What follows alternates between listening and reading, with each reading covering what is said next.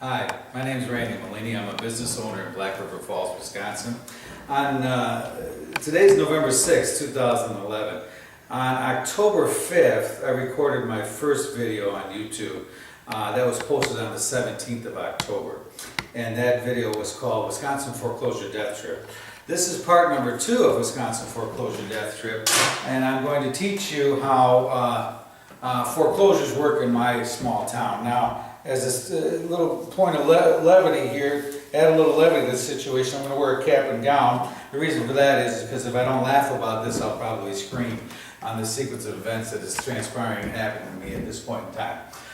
Here's a list, again, how foreclosures work in my small town, Wisconsin Foreclosure Death Trip Part 2. Here's a list of the players involved in the situation. And basically we start back in 2010. Now, I, like millions of others in this country, had some issues.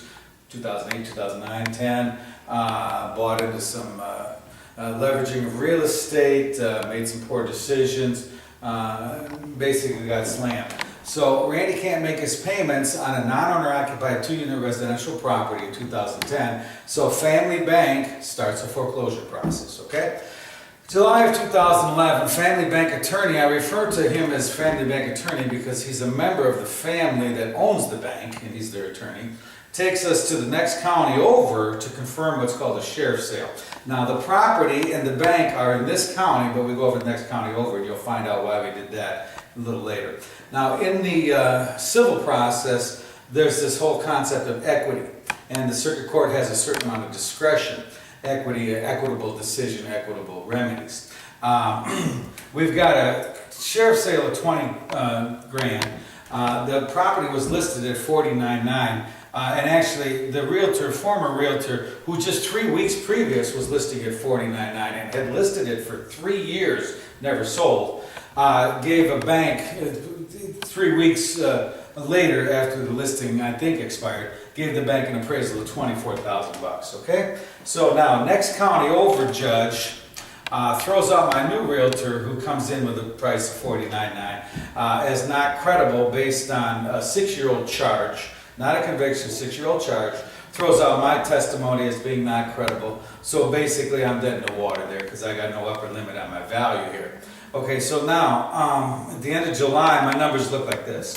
$46,000 the bank says I owe, minus the $20,000 because I got the lowest possible. $20,000 confirmed sheriff's sale. That's a deficiency judgment of roughly $26,000 against Randy. Okay.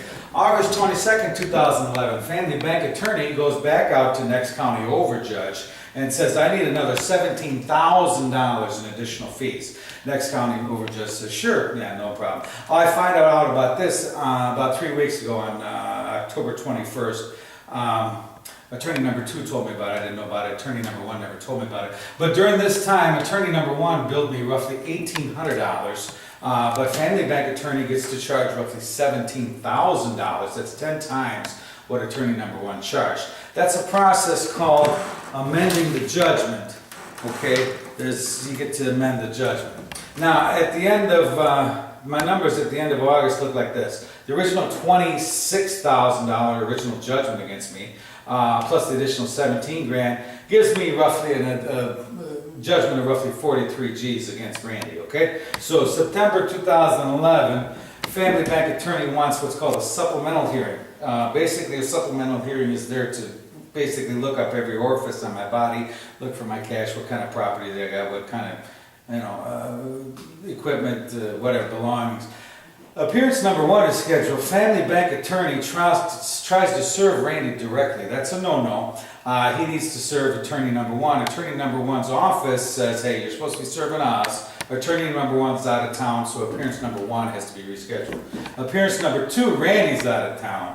Okay, so that one was rescheduled. Appearance number 3, which is the subject of Wisconsin Foreclosure Death Trip Part 1, comes off on October 5th. Now, on September 30th, which was the Friday afternoon before October 5th, I hire attorney number 2. And again, this is the subject of Wisconsin Foreclosure Death Trip number 1. On October 5th, in that video, this county current court commissioner finds me in contempt. And you'll see what was happening in the video. I was asking to be represented by counsel. That's the only thing I was asking. Now, this county current court commissioner is former this county judge, is also former law partner with a family bank family member. Okay, they were attorneys together. October 6, 2011, I get faxed over Wisconsin Court of Appeals decision on a 2009 case involving Family Bank and another foreclosure, where Family Bank is doing all kinds of crazy stuff. They're trying to throw the credit cards in, the customer's credit cards, foreclosure. This county current judge, okay, is very critical of the bank back in 2009. His decision is appealed by the bank. Court of Appeals comes back and basically upholds, from my reading, upholds everything current county judge ruled, okay? So that's a reason I believe we had to go to next county over judge, not current county judge, because current county judge was not very favorable to the bank. Actually, Family Bank attorney started this back in 8 of 2010. He substituted for current county judge, or this county current judge, in my case. So I can never get this process back in front of this county current judge because he's been substituted for, okay? Now, on October 18, 2011, Randy's appeal is filed, appealing the July 2011 deficiency judgment, okay? October 28, 2011, Randy and attorney number 2 are basically waiting around for November 10th phone conference on my contempt. I get a call. The county sheriff's office and Family Bank are up by my farm, and they're exercising what's called a writ, okay? And they're basically taking on a lot of my stuff. Now, here's the writ, okay? And what they take is this. They take Case JX75 tractor, 2006, relatively new. My skid steer, this big 6-foot tiller I got, 2004 GMC Sierra, 1-ton dually crew cab truck, 2 of my ATVs, Z-Track, Z-Turn mower, nice mower. Yeah, and all kinds of stuff, okay? So now understand this. This is very important. The Family Bank has already taken the subject property back, okay? Randy has no other loans or mortgages with Family Bank, and they have no liens on any of my vehicles or equipment. Okay, Family Bank, along with the county sheriff's department, took conservatively probably $45,000 on what's a $27,000 writ, okay? Randy Knorr, attorney number 2, knew of the writ. The writ was posted that day, 10/28, the day they took the stuff. No exempt, oh yeah. The writ talks about exempt versus non-exempt property. We were never given any time whatsoever or to figure out what's exempt versus non-exempt. They just took it. Okay, no actual list. My brother had to handwrite this copy. I didn't go out there, sent my brother out there because I thought it would probably be pretty depressing to watch them take my stuff. My brother had to handwrite this copy from what the bank had, okay? Now, I used to be in the mortgage business years ago, and I know people in the mortgage business, title company, have been around a while. Kenosha is a town, city, probably 30 times the size of Black River Falls, okay?